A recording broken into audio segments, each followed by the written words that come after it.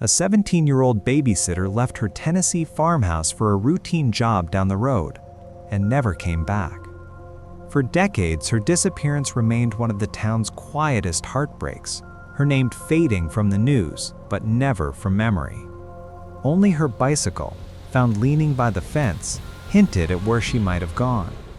Then, 41 years later, a crew clearing farmland unearthed something buried deep beneath the soil, and the truth that had been hidden for generations finally came to light.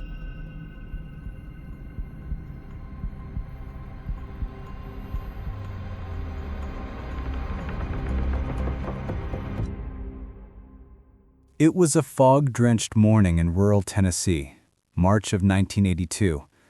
A fisherman drifting along the banks of the Duck River noticed something caught in the reeds, something pale, half-submerged, unmoving. At first he thought it was driftwood, but when his boat drew closer, the truth settled in with a weight he'd remember for the rest of his life. The local sheriff's department arrived within 20 minutes. Yellow tape cut through the morning mist, and curious neighbors gathered along the gravel shoulder of County Road 14. Deputies whispered, trying to keep calm as flashbulbs clicked. The body of a young woman had been pulled from the shallow current. Early 20s, brown hair, still dressed in what looked like work clothes. There was no ID, no purse, just a silver ring on her right hand, engraved with the faint initials LM. That discovery would send the quiet town of Pine Hollow spiraling into 4 decades of unanswered questions. Before her name became a headline, Laura Mae Denton was known for her laugh, the kind that carried across the aisles of Mills Grocery, where she worked part-time after college classes. Laura was 23, a local girl who dreamed small but honest. She loved painting her grandmother's porch in spring, taking long drives with the windows down, and baking on Sunday afternoons with her mother. Her friends said she never liked silence. The radio was always on, tuned to old country songs. She lived in a small rented duplex on the edge of town, near Route 47, a quiet stretch of road lined with pines and wildflowers. Neighbors often saw her leaving just before dawn for work, her car headlights cutting through the mist, her coffee mug balanced on the dashboard. At the time, she was studying at the nearby community college, criminal justice of all things. Her mother, Evelyn, later said Laura wanted to work in forensics someday. She said she wanted to help people who couldn't speak for themselves. Evelyn recalled years later, her voice barely above a whisper.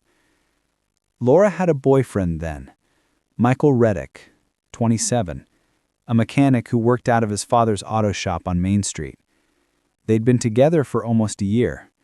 Friends described them as steady but quiet. There were small arguments, sure, nothing serious. Or so it seemed. On March 10, 1982, Laura clocked out of work at 6:47 p.m. She stopped by the gas station on Maple Avenue, grabbed a bottle of soda, and told the cashier she was heading home. That was the last confirmed sighting of her alive.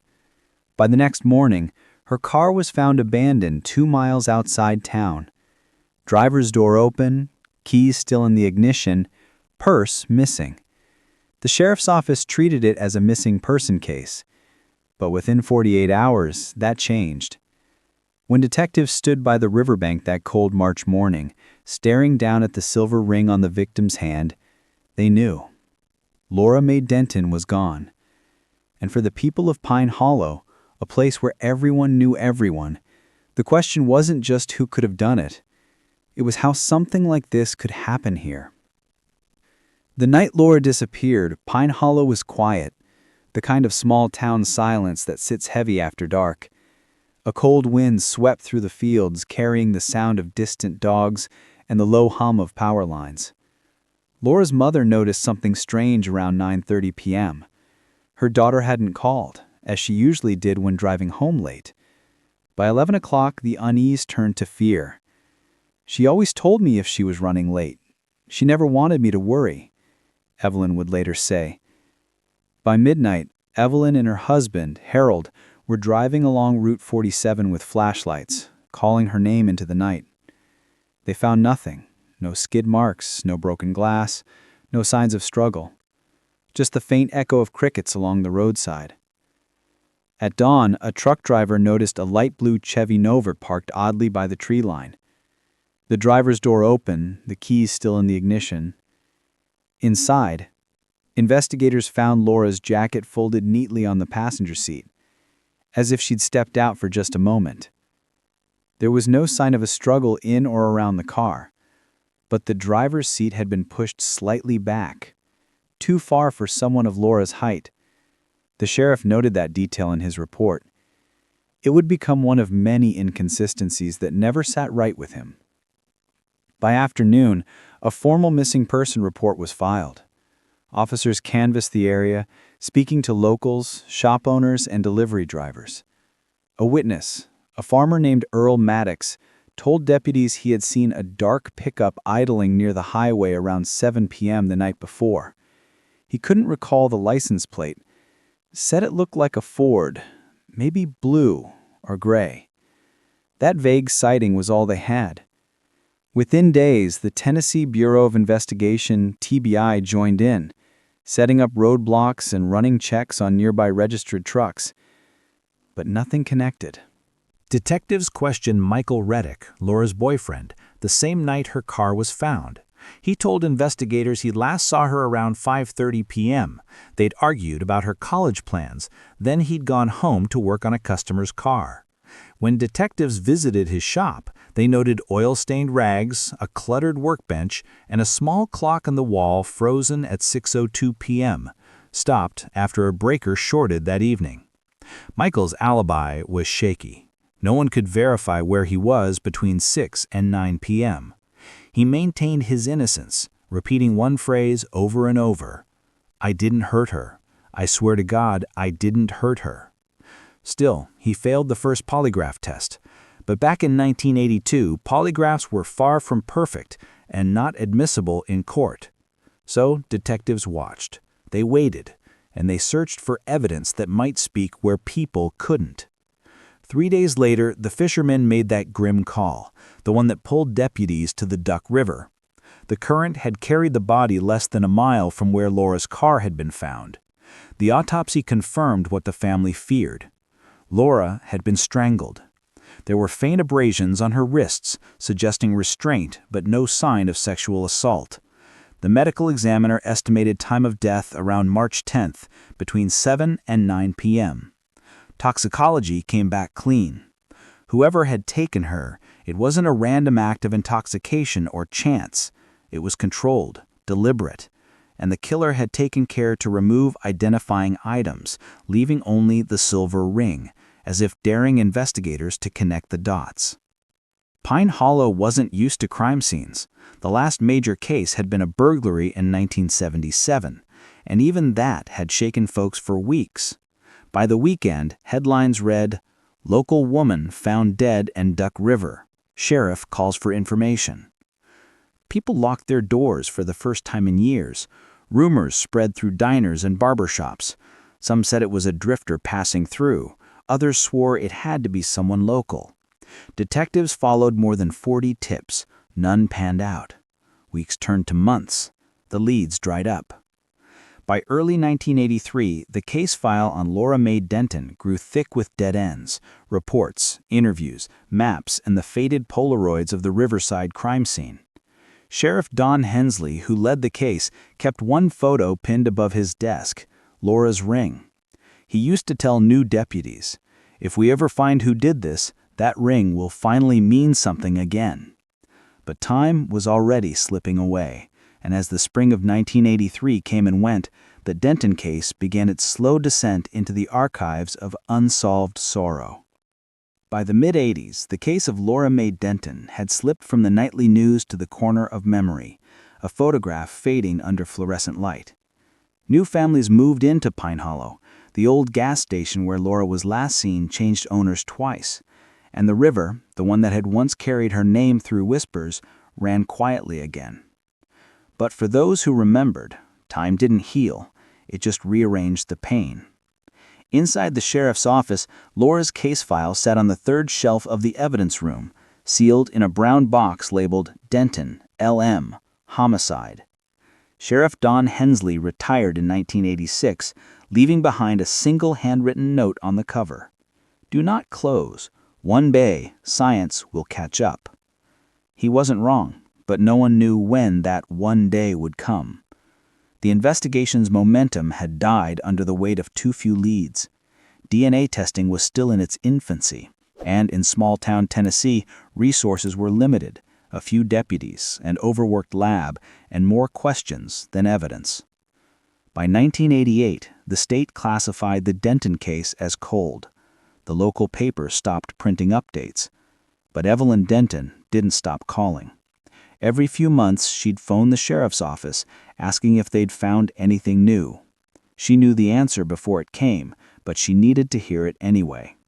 "Not yet, ma'am," they'd say, "but we haven't forgotten her." Pine Hollow grew slowly. A new supermarket opened near Route 47, and the old diner where Laura once laughed with friends closed its doors. For the Dentons, every milestone in town, every fair, every graduation, came with a quiet ache. There were still nights when Evelyn would drive past the riverbank and sit with the windows down, listening to the water. Sometimes she'd bring flowers. Sometimes she just watched the current. By 1994, Michael Reddick had left town entirely. He'd sold his father's auto shop and moved to Kentucky. Locals still whispered about him, but no evidence had ever tied him to Laura's death.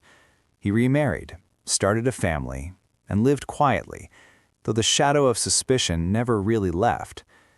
Meanwhile, two younger detectives joined the TBI, Detective Ray Murdoch and Officer Angela Tillman. Fresh minds, fresh eyes. They began revisiting unsolved cases across the county, including Laura's. In 1997, Tillman reopened the box. Inside were the old photographs, brittle from time, the silver ring, sealed in a clear bag, and one detail she immediately noticed: a small brown envelope marked "Fiber Samples, Duck River Site." The samples had never been tested for DNA. Back then, it wasn't even possible. Now, it was. But there was a problem. The samples were too degraded for the early forms of analysis available. The lab returned them, inconclusive. Still, Detective Tillman wrote a note in the file before resealing it. "Hold for retesting when tech advances. This case isn't over." The turn of the millennium brought a wave of new technology: digital databases, expanded DNA profiling, and national case-link programs. But Pine Hollow remained a quiet place, almost forgotten by the rush of progress. Evelyn and Harold Denton grew older. Each year, on March 10th, they held a small vigil in their backyard. Just candles, soft hymns, and the same words whispered into the night. "We're still waiting, Laura." A local reporter named Jenna Hayes, who had grown up hearing the story, decided to write an anniversary article in 2001 titled "The River Still Remembers." It recounted the unsolved murder and the family's decades of waiting. That article, a small story in a small-town paper, would eventually find its way into the hands of someone who could finally change everything. But that moment hadn't come yet, not in 2001. For now, the case remains sealed in silence, one of hundreds stored in the cold archives of Tennessee's forgotten crimes. The photographs faded, the evidence bags yellowed, and yet, somewhere deep in the dark of the evidence locker, Laura's silver ring still caught the light, waiting. It started with a single article, "The River Still Remembers." Published in the Pine Hollow Gazette in 2001, it was meant as a memorial piece, one more quiet reminder of a tragedy the town had learned to live with.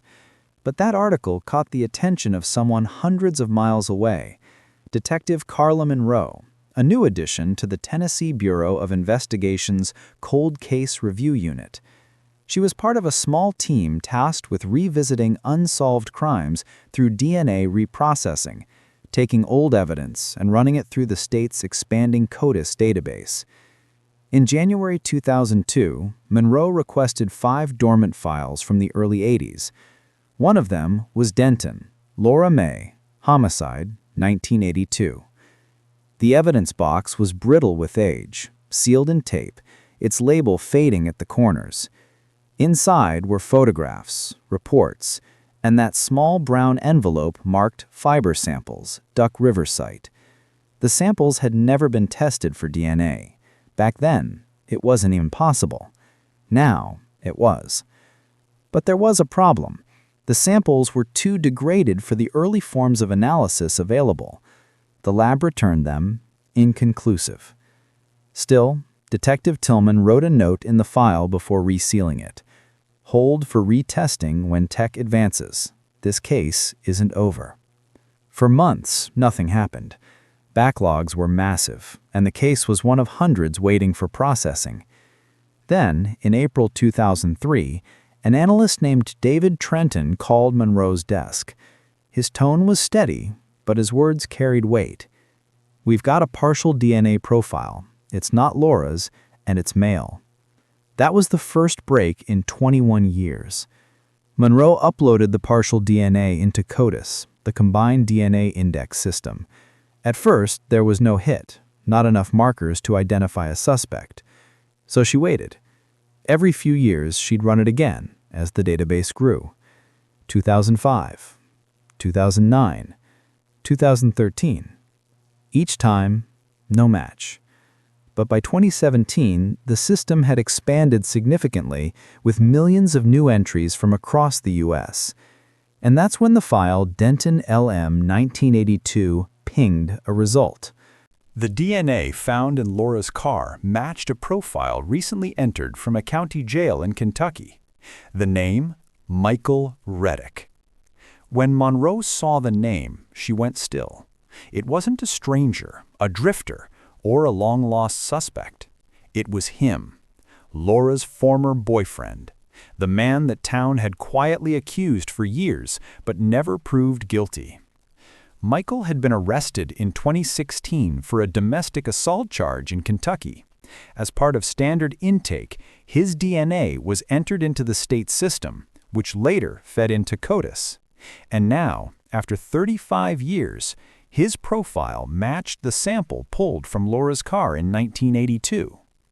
But Monroe needed to be certain. She ordered a full reanalysis. This time, technology extracted a complete genetic match from the preserved hair strand. The probability of error was less than 1 in 3 billion. There was no doubt anymore. On August 19, 2018, a joint task force from Tennessee and Kentucky law enforcement arrived at a modest home outside Lexington. Michael Reddick was 63 years old, gray-haired, quiet, and living alone. When detectives approached, he didn't resist. He looked confused at first, then resigned. "I figured this day might come," he said softly, as they read him his rights. Inside his house, police found a small wooden box containing old photographs. One of them was Laura, smiling in the sunlight, wearing that same silver ring. Reddick was extradited to Tennessee and charged with first-degree murder. During interrogation, Reddick initially denied everything, but as detectives replayed the timeline and showed him the DNA report, something changed in his face. The years of silence breaking through guilt. He confessed. On the night of March 10, 1982, they had argued in her car after work. Laura had told him she was ending things, that she wanted to leave Pine Hollow, start fresh somewhere else. Reddick snapped.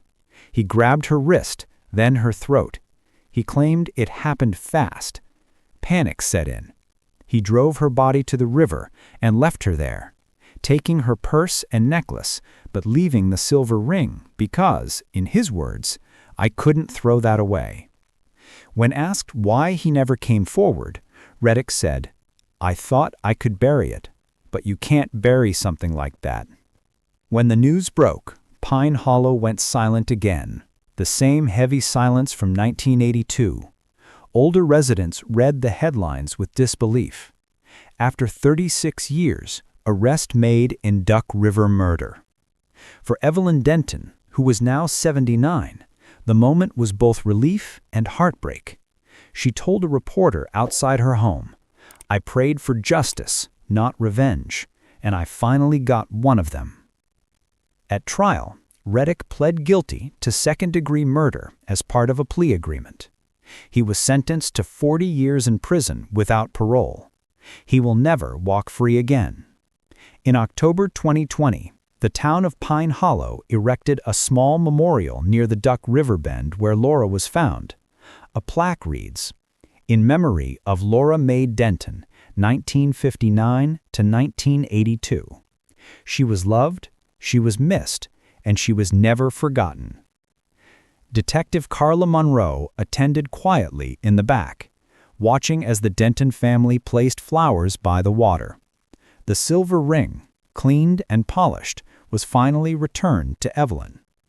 That night, under the fading autumn sky, the water ran still, peaceful, silent, as if the river itself could finally rest. The years that followed were quiet, too quiet. In towns like Maple Hollow, silence becomes its own kind of language, a way of coping when answers never come. The old farmhouse where it happened was eventually sold. The new owners repainted the porch, replaced the mailbox, even planted hydrangeas near the front steps. But beneath the surface, history lingered, a faint echo of what everyone tried to forget. By 1985, the investigation into the murder of Lena Whitmore had gone cold. The detectives who once pored over case files moved on to other assignments. Some retired. The box labeled Whitmore, L, was pushed to the back of an evidence shelf, buried beneath years of newer tragedies. Local papers stopped mentioning her name. The last article ran in December of that year. No new leads in 1982 farmhouse murder. It was a single paragraph tucked beside the classifieds. Still, for her parents, time didn't move the same way. Lena's mother, Ruth, kept her daughter's room untouched. The clock on the wall still read 9:17 p.m., the time police estimated the attack occurred. Each Christmas, she'd place a wrapped gift on Lena's bed, small tokens she'd never open. Her father, Charles, drove the same rust-colored pickup he had the night he got the call. He'd park near the farmhouse on certain evenings, sitting in silence, headlights off. He told no one why. Neighbors whispered less and less. New families moved in. Children grew up never knowing what had happened down that narrow gravel road. But among those who remembered, one question always stayed. Who could have done something like that and gotten away with it? In 1994, a decade later, a new detective named Evan Mercer joined the Maple Hollow Sheriff's Department. He was only 32, part of a generation raised on the failures of old investigations. He had a habit of reading cold case files late into the night, cigarette smoke curling through the light of his desk lamp. That's when he found it, the old Whitmore file. The pages were yellowed, the photos grainy and creased. Evidence tags hung loose on plastic sleeves. And near the back, something caught his eye.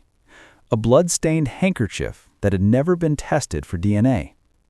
In 1994, DNA technology was still new, expensive, and not widely used in small-town departments. But Mercer had read about state-funded initiatives that allowed local offices to reprocess old evidence. He filed a request. It was denied. Twice. Still, he persisted. For the next few years, Mercer revisited the file whenever he could. He re-interviewed old witnesses. Some had moved away, others had died. The town's collective memory had faded, details blurred, but Mercer's interest didn't. By the 2000s, the world had changed. DNA databases were expanding. Crimes that once seemed unsolvable were beginning to crack open, one match at a time. Lena's case, however, remained untouched. Until one afternoon in 2017, when an intern sorting evidence boxes at the state crime lab found a mislabeled envelope. It was marked simply Case Number 82411. Inside was that same handkerchief, sealed, preserved, and perfectly eligible for testing. That single discovery would restart an investigation long thought dead, and within months it would point to someone the town never suspected, someone who'd been living among them all along. It was the fall of 2018, 36 years after Lena Whitmore's murder, when the past quietly came back to life. A forensic technician at the Tennessee Bureau of Investigation leaned closer to a monitor, eyes narrowing at a line of text that had just appeared on the screen. A DNA match, partial but strong. The handkerchief from case number 82411 had been entered into the Combined DNA Index System, CODIS, a national database connecting genetic profiles across state lines, and for the first time, it pinged. The sample matched a man from Knox County who'd been arrested on a misdemeanor charge 2 years prior. His name? Daniel Danny Rowe. To most, Danny was just another quiet man in his late 50s. He'd worked as a mechanic, kept mostly to himself, and had a reputation for being dependable but withdrawn. But to investigators reviewing his background, something felt off. In 1982, Rowe had been 21, a part-time farmhand who'd done maintenance work around Maple Hollow, including the Whitmore property. His name had never appeared in the original suspect list. He had no criminal record back then, no history of violence. He was invisible. Detective Mercer, now retired, but still living nearby, was called back as a consultant. He hadn't forgotten the case. He couldn't. When the lab report landed on his desk, he read the first line twice. DNA recovered from evidence item number 3, handkerchief, is consistent with Daniel Rowe, probability of match 1 in 2.4 trillion. He sat in silence for a long moment. Then quietly, it's him. The reopening of the case was done quietly, under wraps. Authorities didn't want rumors spreading through Maple Hollow before confirmation. They began reconstructing Rowe's life from 1982 onward. Jobs, addresses, relationships, everything. They learned that, in the months following Lena's murder, he'd abruptly left town. He resurfaced a year later in Knoxville under a slightly altered name. And in his work records, one note stood out. Terminated in July 1982 for repeated absences following police activity in Maple Hollow. In early 2019, investigators obtained a fresh DNA sample from Rowe under a court order. When the results came back, there was no doubt left. The blood on Lena's handkerchief, the one she likely used to defend herself, belonged to him. Detectives drove out to his small house on the edge of Knoxville on a gray March morning. They parked quietly, watching as Rose stepped onto his porch, coffee mug in hand. He looked older, frail even, but when the agents approached, his face hardened. "What's this about?" he asked. They told him. The cup slipped from his hand, shattering on the concrete. During questioning, Rowe denied everything at first. But as evidence piled up, the DNA, the timelines, the witness statements he'd never known existed, his story began to crack. At one point he whispered, almost to himself, "I never meant for it to go that far." Investigators leaned in. "What happened that night, Danny?" He hesitated, then said something no one in that room would forget. "She just wanted to go home. I told her not to scream." That quiet confession, decades in the making, was the missing piece of a puzzle that had haunted Maple Hollow for a generation. And when the news finally broke, arrest made in 1982 Whitmore murder, the town that had long buried its grief found itself remembering again. But justice, as always, moves slowly. Rowe's arrest would lead to an entirely new chapter, one that tested the limits of forgiveness and revealed just how deeply a small town could still feel a wound from the past. When Daniel Rowe was led into the Maple County Courthouse in April 2020, the air inside felt heavier than usual, as if the building itself remembered. Reporters stood shoulder to shoulder along the hallway, their cameras flashing against decades-old wood paneling. For most of them, it was just another case. But for Maple Hollow, it was the day the past finally spoke. In the courtroom's front row sat Ruth and Charles Whitmore, both in their late 70s now.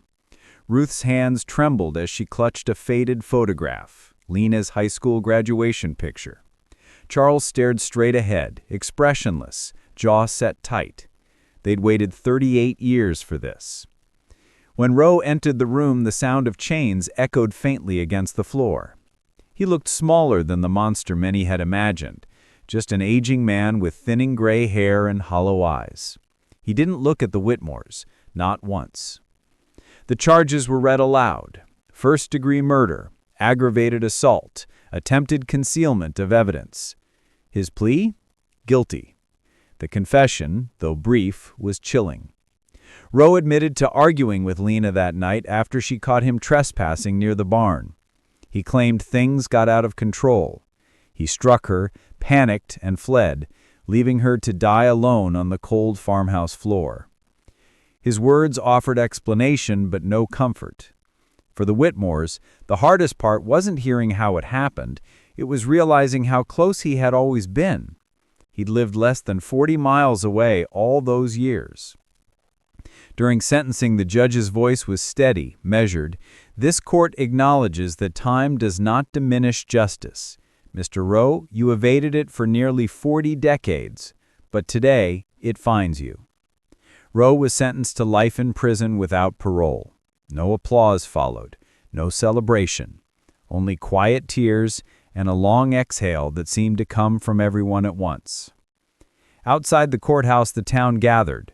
News crews filmed as Ruth spoke softly to a reporter. People kept telling us to move on, but how do you move on from your child? She paused, looking toward the sky. We didn't get our daughter back, but we finally got the truth. The farmhouse where Lena had lived was sold again the following year. This time, the buyers knew the history and didn't mind. They said they wanted to restore something that never got to heal.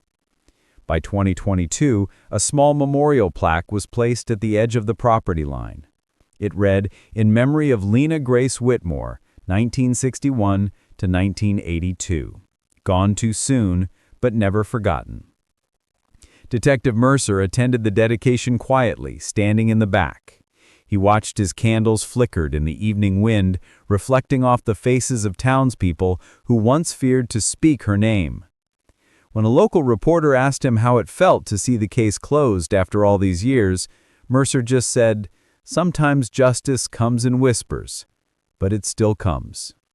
That night, Maple Hollow felt still again. Not the silence of denial, but the silence of peace.